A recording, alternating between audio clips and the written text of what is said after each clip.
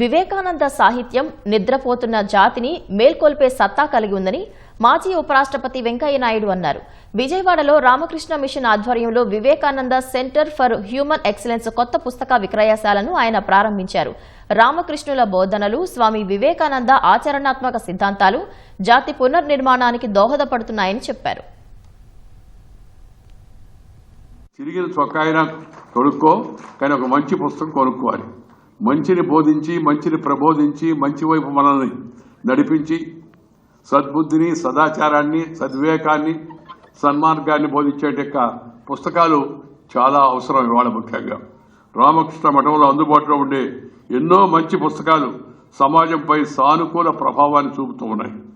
వాటిని చదివి తమ ప్రవర్తనను, తమ స్వభావాన్ని, తమ అంతరంగాన్ని మార్చుకున్న యువత ఎందరో వారంతా సమాజానికి, దేశానికి, ఈ ప్రపంచానికి నిజమైన విలువైన సంపదగా మారుతారని చెప్పిన నా యొక్క ఉద్దేశం.